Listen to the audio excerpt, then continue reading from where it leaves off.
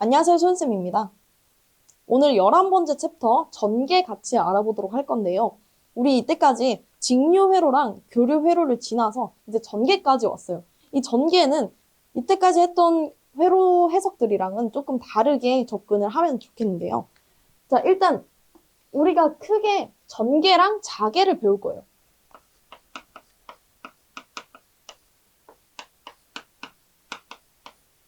근데 이게 어떤 애들이랑 관련이 있냐면 전개는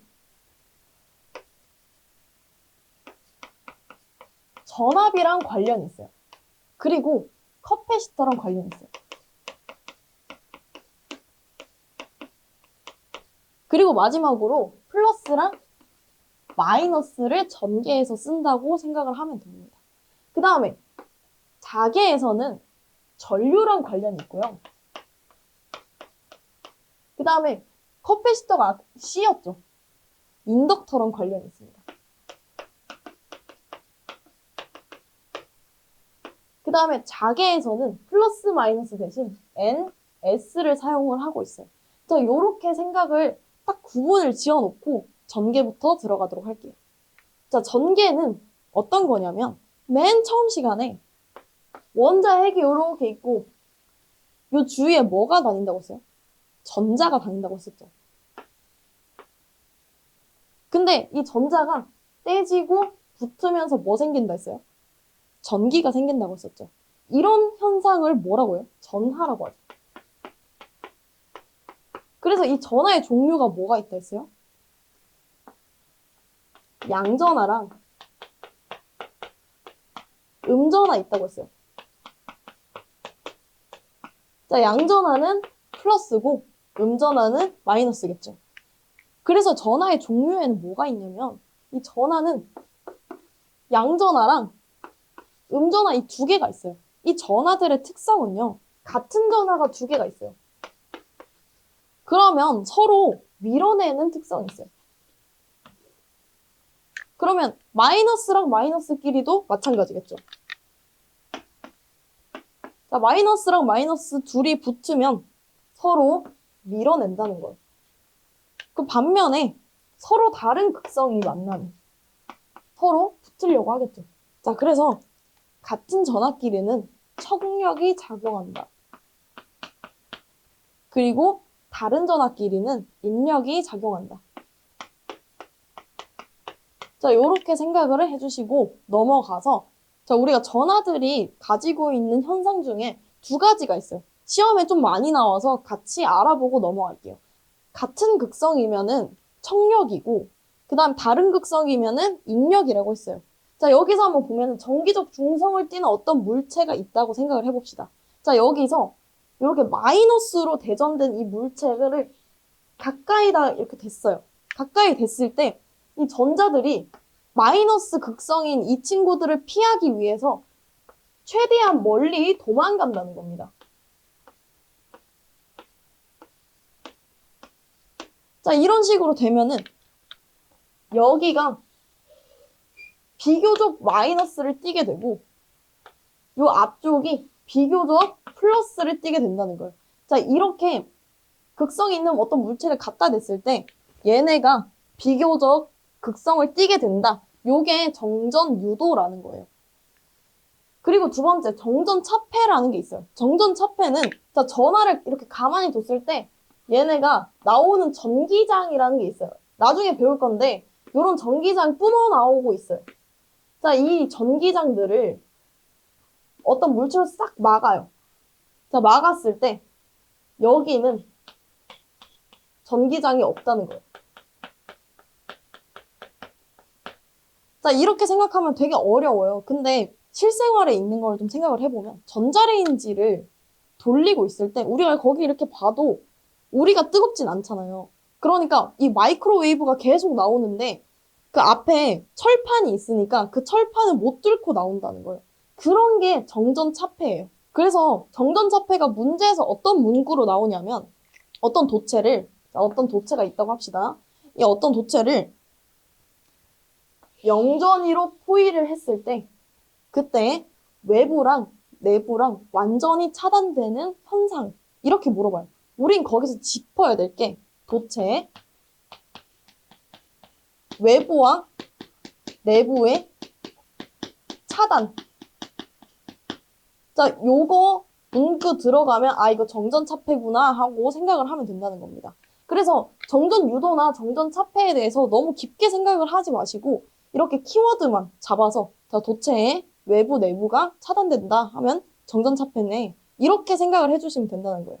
자, 그러면 다음에 우리 전하들 사이에 작용하는 힘에 대해서 알아보도록 할게요. 자, 이제 쿨롱의 법칙에 대해서 알아보려고 하는데 우리 아까 양전하가 있고 음전하가 있을 때 뭐가 발생한다고 했어요? 둘이 서로 끌어당기는 인력이 발생한다고 했어요. 그 다음에 마이너스랑 마이너스 또는 플러스랑 플러스 있을 때 자, 이때는 어떤 게 발생한다 했어요? 척력. 서로 밀어내는 힘이 발생한다고 했어요. 자, 그럴 때 인력이나 척력의 힘의 크기가 얼마인가? 라고 물었을 때 대답할 수 있는 게 쿨롱의 법칙이에요. 자, 쿨롱의 법칙이 두 전하 사이에 작용하는 힘, 그러니까 인력이든 척력이든 힘의 크기에 대해서 계산할 수 있는 게 쿨롱의 법칙이라고 생각을 하면 됩니다. 그래서 쿨롱의 법칙은 힘 F를 쓰고 그 다음에 단위는 뉴턴이에요. 자, 어떤 전하 두 개가 있어요. 이 두 개 사이의 거리가 여기서부터 여기의 거리가 R미터예요. 이 전하의 전하량은 Q1 쿨롱 그리고 Q2 쿨롱이라고 했을 때 그때 요 사이에 작용하는 힘은 얼마인가 라고 하면 쿨롱의 법칙 F는 4파이 입실론 제로분의 1 곱하기 R 제곱분의 Q1, Q2 요렇게 적을 수 있다는 거예요. 이거 너무 어렵잖아요. 근데 사람들이 어차피 여기 있는 값은 계속 똑같으니까 그냥 계산해서 놓읍시다 라고 얘기를 해서 여기서는 9 곱하기 10의 9승으로 사람들이 계산한 값이 있어요. 요거 넣으시면 됩니다. 전하 사이의 거리는 항상 바뀌고 그 다음에 전하의 전하량들은 서로 바뀌니까 여기는 그대로 두고 여기는 고정된 값이라서 사람들이 9 곱하기 10의 9승으로 이미 계산을 해놨어요. F는 9 곱하기 10의 9승 곱하기 R 제곱분의 Q1, Q2 이런 식으로 여기만 외워주면 된다는 거예요.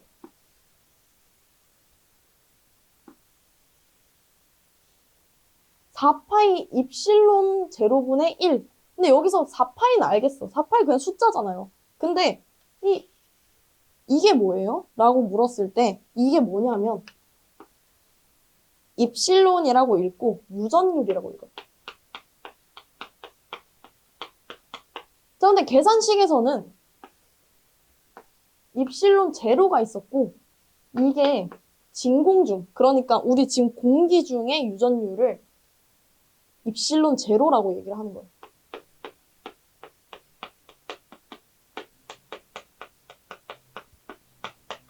근데 우리가 쿨롱의 힘을 구할 때는 공기 중에서 전하를 구할 때는 이것만 쓰면 되는데 공기 중이 아닐 때는 비유전율이라는 걸 씁니다.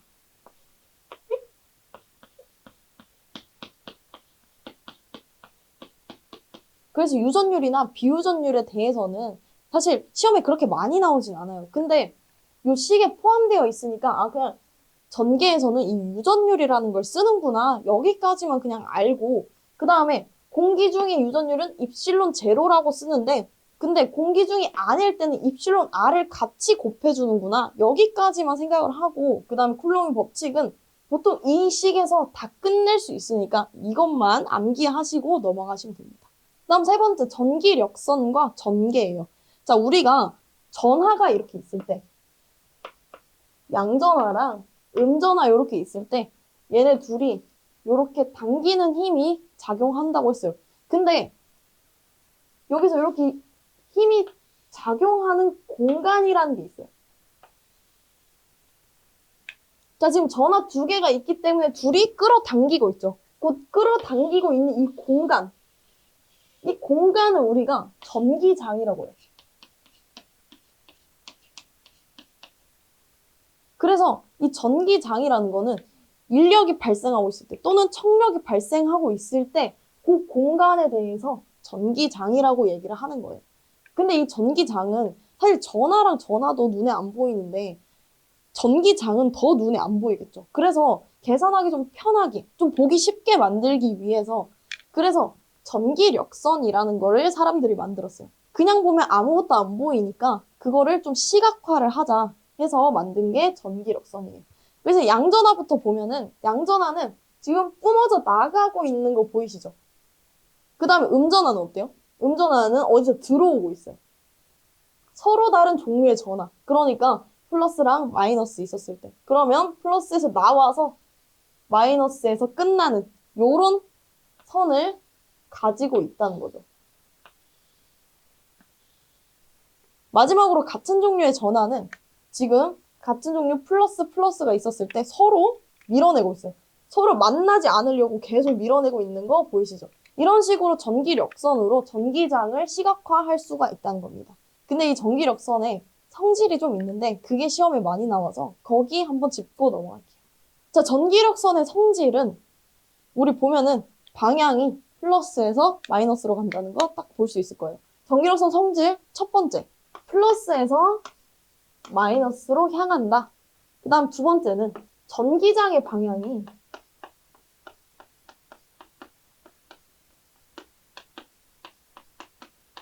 전기력선의 방향이다.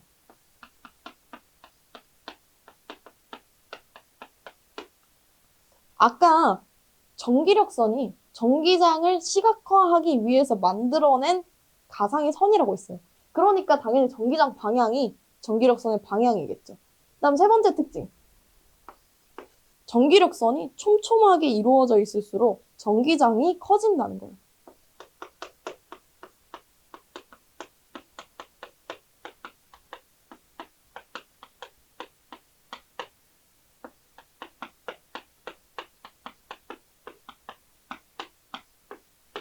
그 다음 네 번째는 플러스에서 마이너스로 향하는 전기력선들이 중간에 끊어지거나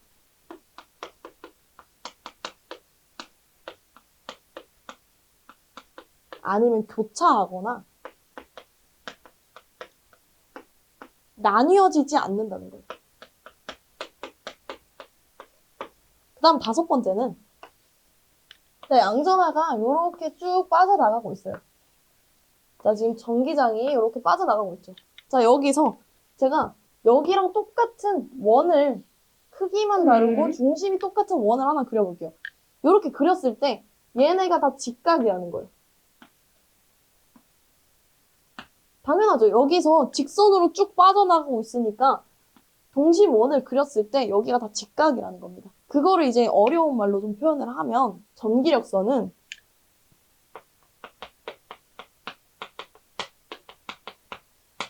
등전이면과 직교한다.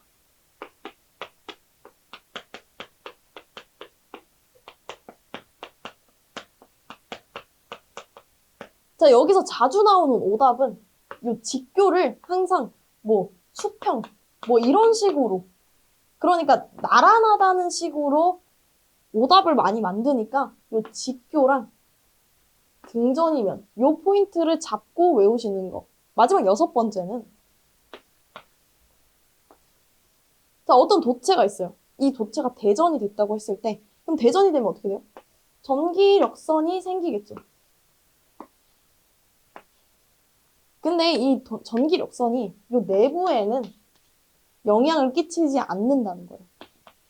도체 내부에는 전기력선이 없어요. 오직 표면에서부터 이렇게 빠져나가는 게 전기력선이라는 겁니다. 자, 여기까지가 전기력선인데 그 다음에 전하에서 전기력선이 이렇게 쭉 나가는데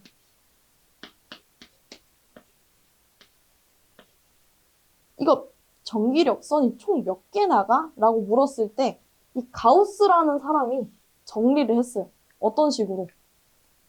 자, 여기서 이 전하가 Q쿨롱인데 이 Q쿨롱에서 나가는 전기력선의 개수는 뭐냐면 그래서 개수 n은 입실론분의 q다라고 얘기를 할 수가 있는 거죠. 자, 입실론 이거 아까 뭐였어요? 유전율. 근데 이거 계산하는 문제는 많이 안 나오고 전기력서인 개수는 총 몇 개인가 하고 요거를 물어봐요. 이 식을 물어봐요. 그래서 이 식은 기억을 하고 이 유전율이 얼마였는지 뭐 전하가 얼마인지 이런 거는 생각할 필요가 없어요. 그냥 입실론분의 q가 전기력선의 개수다라고 생각만 하고 넘어가면 됩니다. 자, 그 다음에 이제 전하가 이렇게 있을 때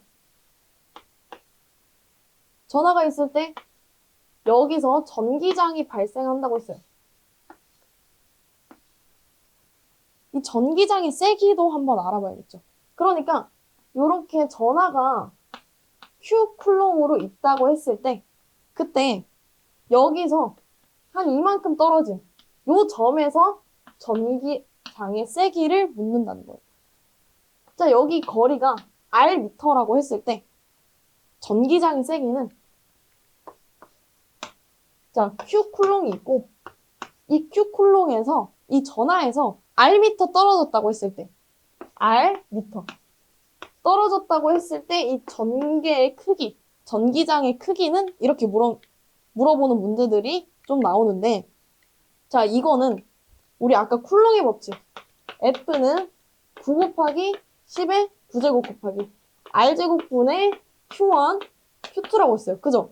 여기서 이거 하나만 날리면 전기장의 세기가 된다는 거예요. 그래서 보면은 9 곱하기 10의 9승 곱하기 R제곱분의 Q.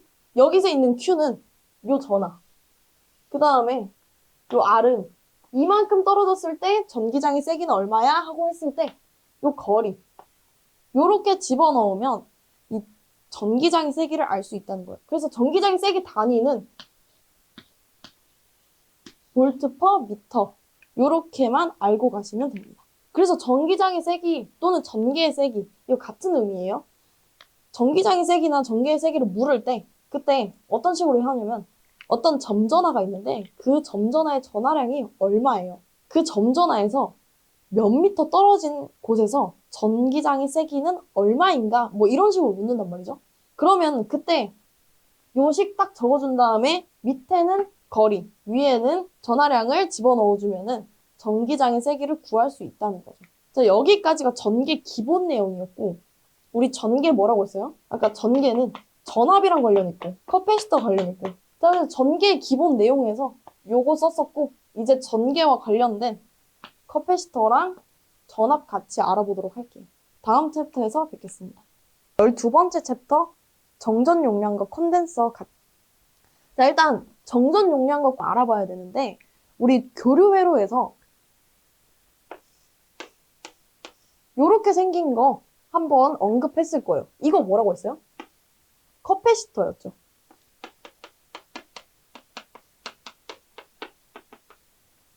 그리고 우리 이거 기호는 C라고 하고 그 다음에 단위는 페럿이라고 했어요.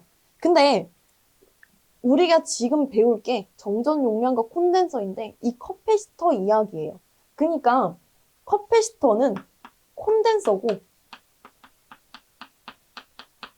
콘덴서라고도 부르기도 하고 커패시터라고도 부르기도 하는 거예요. 그 다음에 요 용량, 요 페럿, 용량에 대해서는 정전 용량이라고 얘기를 하는 겁니다.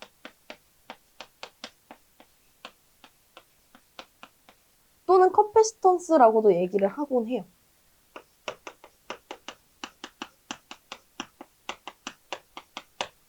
자, 원래는 우리가 여기에서 전류를 방해하는 걸로 교류 회로에선 썼었는데 우리 이번에는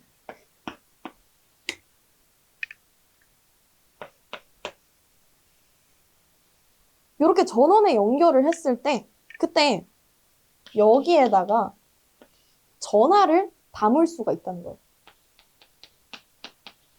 전원에 연결을 해서 이 커패시터에다가 전압을 주게 되면은 그 전압에 의해서 이 전하를 축적할 수가 있다라고 얘기를 할 수 있는 거죠. 그래서 이 축적하는 전하량이 얼마가 되냐? 전하량은 커패시터의 용량 곱하기 가해진 전압의 곱이에요. 그래서 Q는 CV가 된다는 거죠. 자, 이게 우리 정전 용량에 대한 기본식이라고 생각을 하면 됩니다. 우리 직류회로에서는 오음의 법칙이 기본식으로 사용을 했는데 이 정전 용량에서는 Q는 CV가 기본식이라고 생각을 하면 돼요. 그래서 이걸 기본식으로 사용해가지고 여러 방면으로 쓰니까 요거는 꼭 알아가셔야 돼요. 자, 얼마나 많은 전압을 축적을 하냐? 커패시터 용량에 따라, 그 다음에 여기에 가해진 전압에 따라서 이만큼의 전압을 축적을 할 수가 있다라고 얘기를 할 수 있는 거죠. 넘어가서 정전 용량에 대해서 조금 더 알아보도록 할게요. 정전 용량에 따라서 우리 축적되는 전하량이 좀 달라지게 되는데 그게 우리 정전 용량 이런 식으로 표현하는데 실제로 생긴 거는 이렇게 판으로 생겼어요. 그래서 이 판 사이에 어떤 게 채워지는지, 어떤 물질이 채워지는지에 따라서 또는 요 판의 단면적에 따라서 그 다음에 이 판 사이의 거리에 따라서 정전 용량을 변화시킬 수가 있는데요. 그래서 첫 번째는 우리 요 판 사이에 아무것도 안 채워 넣는 것보다는 전하량이 좀 잘 모일 수 있게 하는 어떤 물질을 채워 넣는 게 좋겠죠. 그거를 우리는 유전체라고 얘기를 하고 여기서는 유전율이라고 얘기를 해요. 자, 아까 유전율 쿨롱의 법칙에서 언급하고 넘어갔었는데 입실론이겠죠. 이 판의 면적이 넓을수록 담을 수 있는 전하량이 많아지겠죠. 그래서 단면적 S가 관여를 합니다.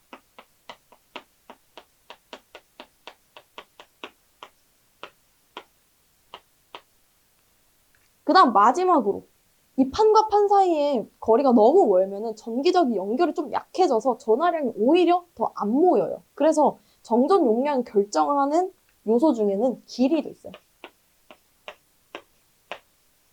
근데 이 길이는 판과 판 사이의 거리겠죠. 그래서 이 세 가지가 정전 용량의 크기에 관여를 하는데 어떤 식으로 하냐? 자, 커패시터 C는 입실론 곱하기 길이 L분의 S다. 이렇게 표현을 할 수가 있어요. 그러니까 유전율이 큰 전하량이 좀 잘 모이는 유전체를 쓸 때 그때 정전 용량이 올라가고 그다음 단면적이 클 때 정전 용량이 커지겠죠.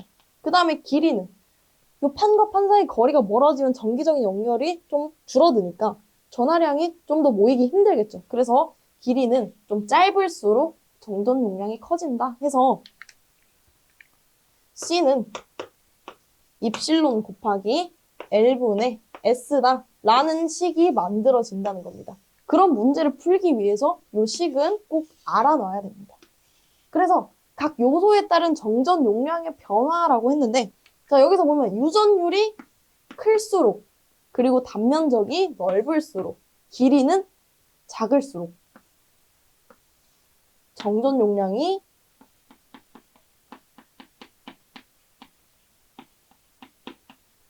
커진다라고 얘기를 할 수가 있겠죠. 그래서 정전 용량은 요 사이에 전하를 담을 수가 있어요. 그 담는 전하의 양은 Q는 CV.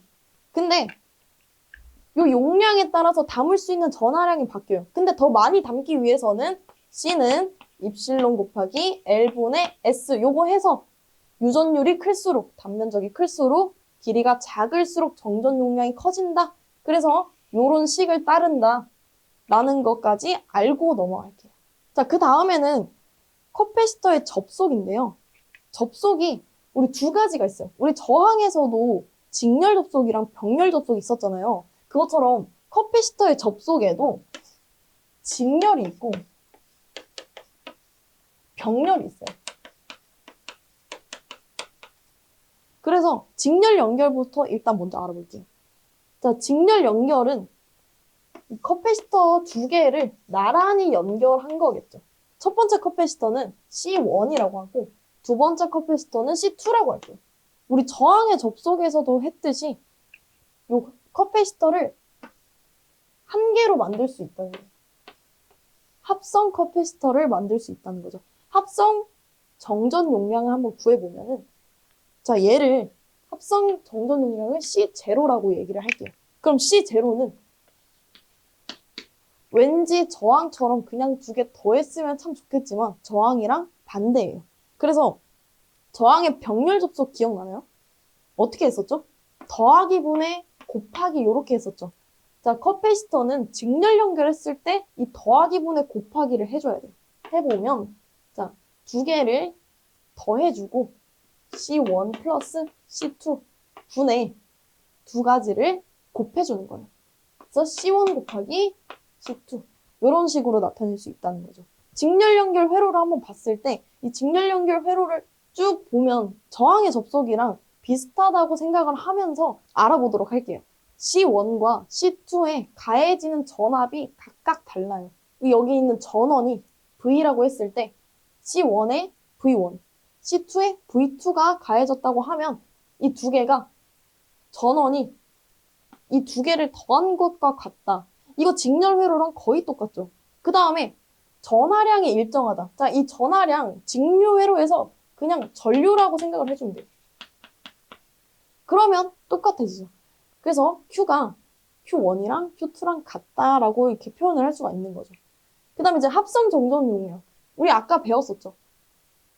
C0는 더하기 분의 곱하기 해서 C1 플러스 C2분의 C1 곱하기 C2 이렇게 나타낸다고 했어요. 자, 그러면 여기 있는 이 회로를 간단하게 만들 수도 있겠네요. 자, 간단하게 만들면 어떻게 돼요? 전원이 이렇게 있고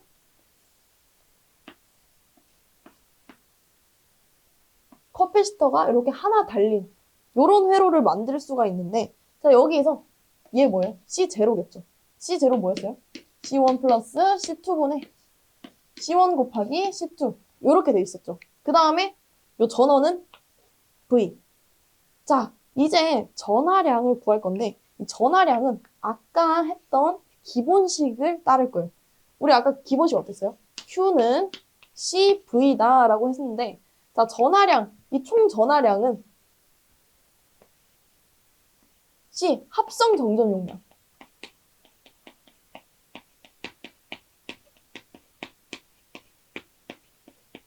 곱하기 얘 뭐예요? 전체 전압이겠죠.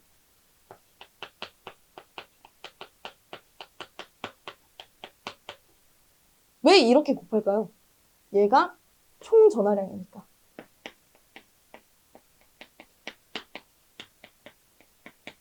자, 그래서 이제 곱해보면은 합성 정전 용량 어땠어요? C1 플러스 C2분의 C1 곱하기 C2였죠. 자, 여기서 곱하기 V만 해주면 된다는 겁니다. 그래서 여기서 커패시터에 대한 문제에서 어떤 식으로 나왔냐면 자, C1과 C2를 이렇게 직렬 연결을 했다. 근데 여기에서 모이는 총 전하량이 얼마인가? 라고 물었을 때는 두 개 합성해준 다음에 그 다음에 전체 전압이랑 합성 정전 용량을 곱해주면 총 전하량이 나오겠죠. 이런 식으로 풀이를 하는 거예요. 여기까지가 직렬 연결이었고요. 병렬 연결도 함께 보도록 할게요.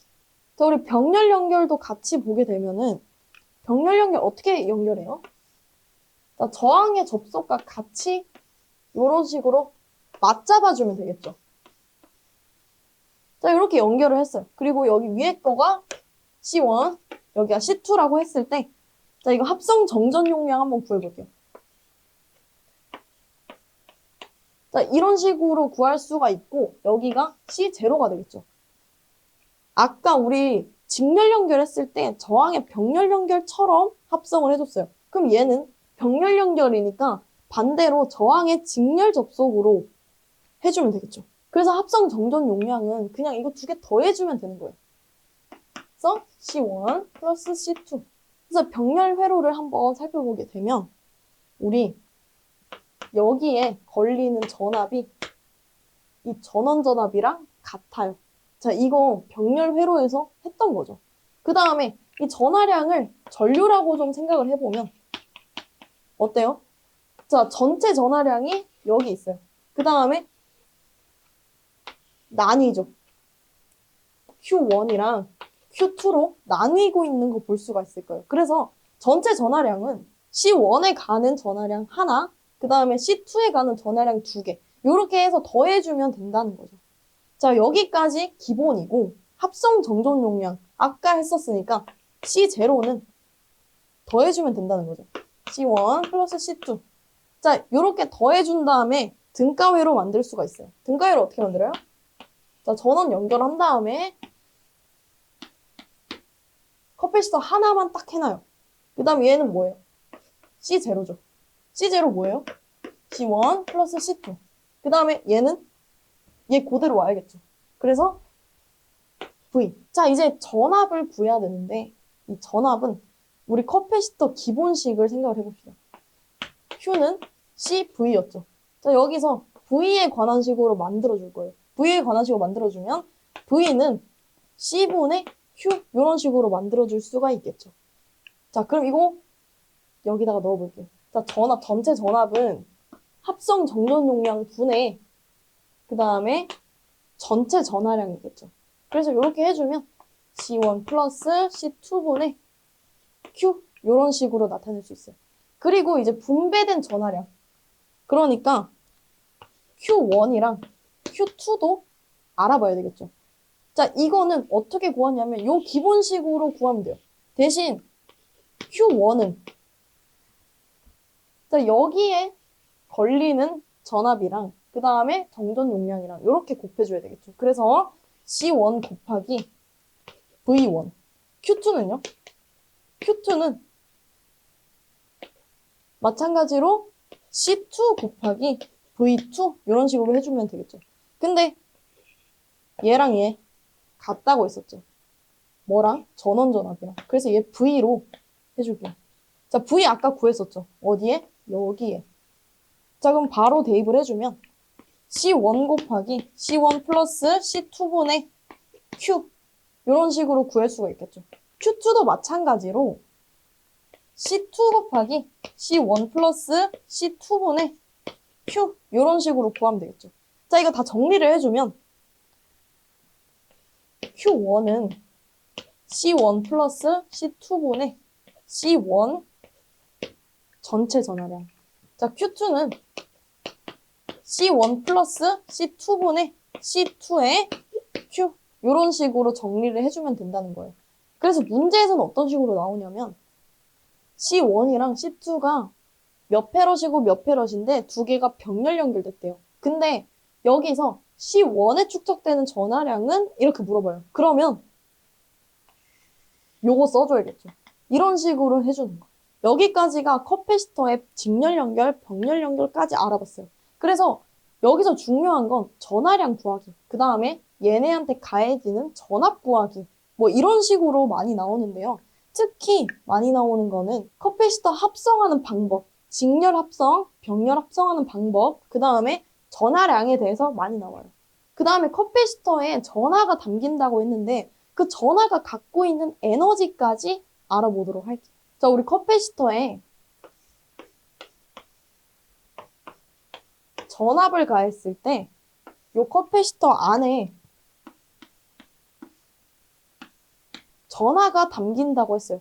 그 담길 때 얘가 갖고 있는 이 커패시터에 저장된 에너지는 얼마냐라고 했을 때 에너지는 정전 에너지라고 얘기를 해요.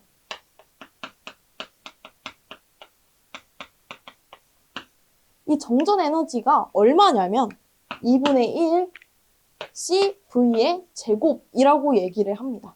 자, 이게 뭐냐면 정전 에너지는 단위가 줄이에요. 여기 있는 C는 커패시턴스가 되겠죠. 그러니까 정전 용량이 되겠죠.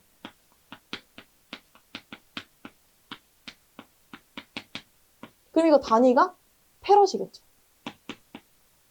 그 다음에 마지막 가해지는 전압. 그래서 볼트. 요렇게 해서 자, 이건 문제가 어떻게 나오냐면 자, 정전 용량이 얼마고 거기에 가해진 전압이 얼마인데 이 커패시터가 가지고 있는 정전 에너지는 얼마인가 라고 물었을 때는 요 식을 사용해서 계산을 한 다음에 몇 줄 요렇게 나타내면 된다는 겁니다. 그다음에 마지막으로 이 콘덴서의 종류에 대해서 좀 같이 알아보도록 할게요. 근데 여기에 지금 전해 콘덴서부터 바리콘까지 이렇게 많은 콘덴서의 종류가 있는데 여기서 기억을 해야 될 거는 키워드밖에 없어요. 그러니까 키워드 가지고 정답을 찾아내는 게 가장 효율적이라는 거죠. 그래서 키워드만 같이 잡아보면은 자, 전해 콘덴서가 답인 문제에서는 극성이 있어. 이 부분이 가장 중요하게 다뤄진다는 거예요. 그 다음에 두 번째, 이 탄탈 콘덴서. 이 탄탈 콘덴서는 어디에서 가장 중요하게 말해주냐? 온도 변화에서도 용량의 변화가 없으며 용량이 크다. 탄탈. 이렇게 넘어가는 거예요. 그 다음에 세라믹은 산화 티탄, 세라믹 유전체 사용. 그런 게 유전체를 뭐 여기서는 유전체에 대한 언급이 전혀 없을 거예요. 근데 유전체 언급이 나왔다? 그럼 얘 세라믹이에요. 그 다음에 트리머랑 바리콘 이 두 개가 하나씩 나오기는 하는데 어떤 식으로 나오냐? 자, 여기서는 콘덴서 용량이 고정이 되어 있어요. 얘는. 근데 바리콘이나 트리머 같은 경우에는 용량을 조절을 할 수가 있어요. 가변이 된다는 거죠. 그래서 가변 나온다? 트리머 아닌 바리콘이에요. 근데 이 두 개가 동시에 선택지에 나오지는 않아요. 그러니까 가변한다? 트리머 바리콘. 그리고 극성이 있다? 보통 전해. 그 다음에 탄탈은 온도 변화에 강하다. 세라믹은 유전체를 사용한다. 어떤 유전체? 비유전율이 높은 유전체. 근데 유전체 어쩌고 저쩌고 하면 보통 세라믹이라고 생각을 하면 되는 거예요. 자, 여기까지가 콘덴서, 그러니까 커패시터에 관한 내용이었고요. 자, 다음 챕터로 넘어갈게요.